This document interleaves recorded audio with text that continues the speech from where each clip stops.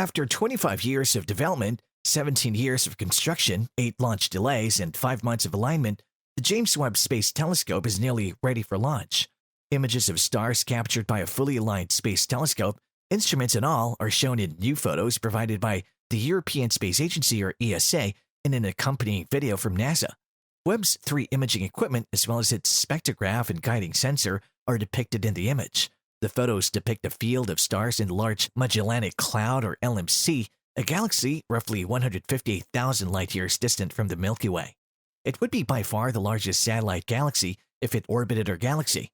However, it's possible that it's only passing through or slowly merging with our galaxy. The large Magellanic Cloud, located approximately 170,000 light-years from Earth, is a dwarf galaxy that orbits our Milky Way galaxy and will be absorbed by it in 2.4 billion years. The Large Magellanic Cloud, or LMC, and its neighboring Small Magellanic Cloud, or SMC, are dense starfields that look as fuzzy patches to the naked eye. Although they are both circumpolar, they're best viewed from equatorial regions in the southern hemisphere when they are at their highest point in the sky on a dark, moonless night between September and April. They can be found between Canopus and Archonar. They were named after Portuguese explorer Ferdinand Magellan, who discovered them in 1519 while completing the first round of the globe. The LMC was chosen as the primary target for Webb during commissioning by NASA engineers because it would always be visible regardless of the time of year Webb eventually launched. We can always see the north and south ecliptic poles. They're always available, Rigby said. So looking out of the plane of the solar system up and down, a lot of our commissioning targets are there because that way we didn't have to keep replanning if the launch date changed. The LMC is not just close to the south celestial pole, but also to the Milky Way bright center. It's jam-packed with amazing astronomical targets. Aside from its estimated 30 billion stars, the Tarantula Nebula is the most well-known target. It's a well-known astrophotography target located approximately 160,000 light-years away. It's best thought of as a supermassive version of the Orion Nebula, and it's the largest star-forming zone in our portion of the universe. According to NASA, if it were as close to us as the Orion Nebula, approximately 1,300 light-years, it would throw a shadow on Earth at night. After several years of construction, the James Webb Space Telescope was launched on Christmas Day 2021. NASA, the European Space Agency, and the Canadian Space Agency collaborated on the telescope. The telescope is named after James Webb, a former NASA administrator. Due to Webb's role in purging LGBT people from the government during the Lavender Scare, a lesser-known companion to the Red Scare of the 1950s, the designation has sparked criticism. Webb was working at the State Department at the time.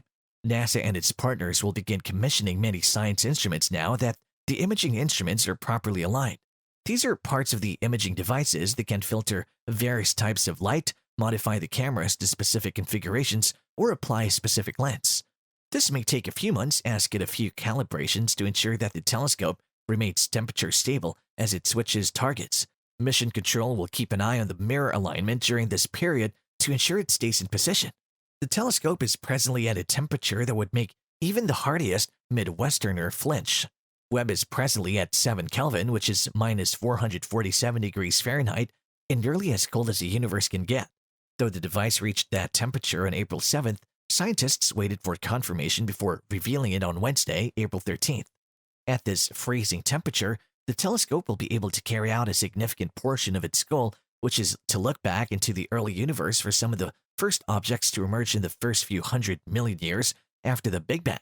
This is accomplished through the use of the mid-infrared instrument, or MIRI, one of the telescope's main eyes.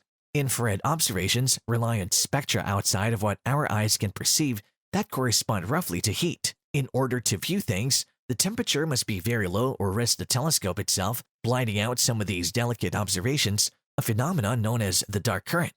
Along with looking back to near the Big Bang, this will allow astronomers to search for exoplanet atmosphere details, watch star activities, and identify galaxies that are invisible to telescopes that only search invisible light or what our eyes can see. After launch, the telescope deployed its sunshield and maintained its position around 1 million miles past Earth in a gravitationally stable region known as L2. The sunshield shields the sensitive equipment from the sun's heat and allows Webb's payload to cool to roughly negative 298 degrees Fahrenheit. The rest was up to the frigid vacuum of space in a device known as a cryocooler, which electrically drives temperatures down and further. MIRI had to describe to its pinch point last week a temperature difference between minus 433 Fahrenheit and minus 443. And that's all for today's video. Thanks for watching. If you enjoyed this video, then do like, share, and subscribe to our channel for more such exciting content. See you in the next one.